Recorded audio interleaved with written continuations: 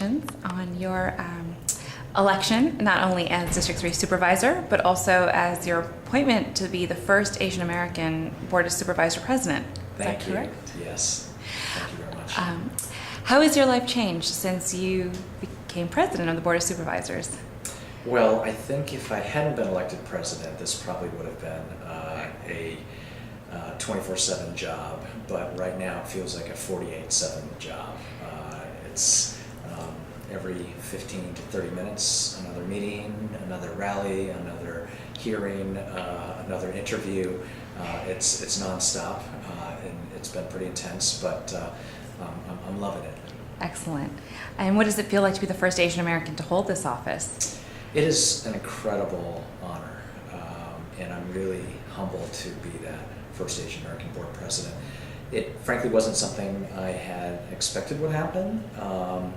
And I was perfectly happy to start off this year as the supervisor of what I think of as the best district in San Francisco. But a funny thing happened on my first day at work, and I was elected president. And sort of the history of this has been pretty overwhelming, and I do recognize that I am building on decades of history of Asian American political activists really trying to help improve the community. Excellent. Well, I read it somewhere about a story after you graduated from Harvard undergrad and Harvard Law School that you took a job on Capitol Hill. Yes. And your mother, when she heard about what the salary was going to be, her reaction was what we would expect typical of Asian She wasn't parents. too happy.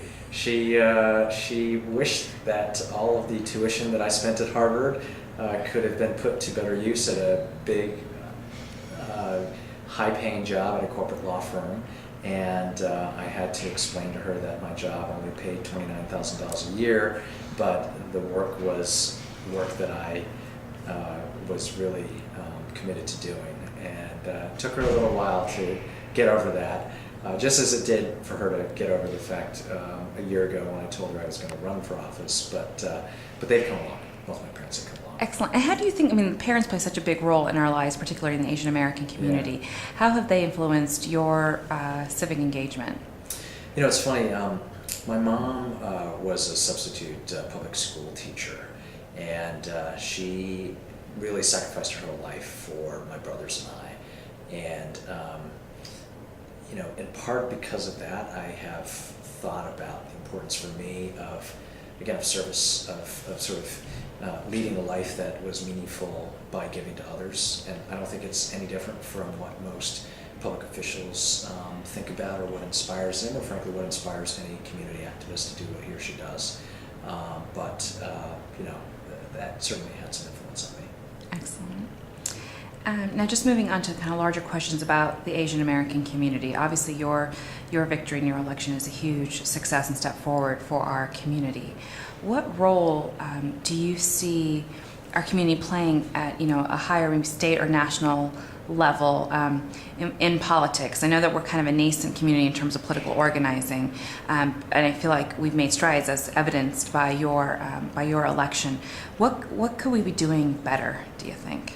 Well, I think one thing I want to mention is that along with my election to the Board of Supervisors, we actually tripled the number of Asian Americans on the board that I serve on. So right now we represent 3 of the 11, and my Asian American colleagues and I have spoken about a slew of issues that I think we're going to work on together: immigrant rights issues, language access, civil rights issues, developing affordable housing for our communities.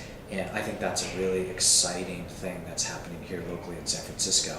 I think that nationally there is this new generation of Asian American leadership that is coming up in a lot of cities and a lot of states around the country.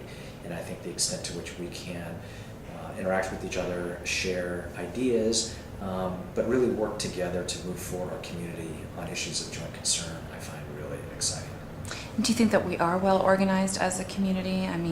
We have so many different interests, and it's harder for us because there are different, there's a lot of different cultures, nationalities, and whatnot that come together. Even the definition of what is Asian American is somewhat of a broad term, but it seems to me that if we are going to advance some of these common goals and interests that you described, that we kind of have to organize ourselves under one common voice.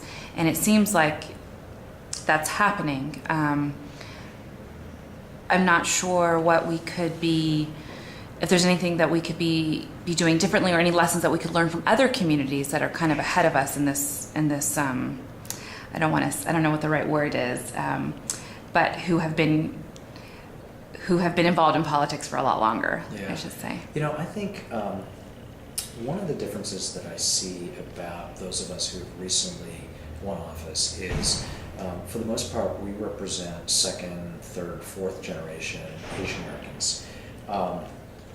Compared to the first generation immigrants who ran for office, who may or may not have won, but often had the support of just one Asian ethnic community, whether it be the Chinese community or the Japanese American community, Korean community.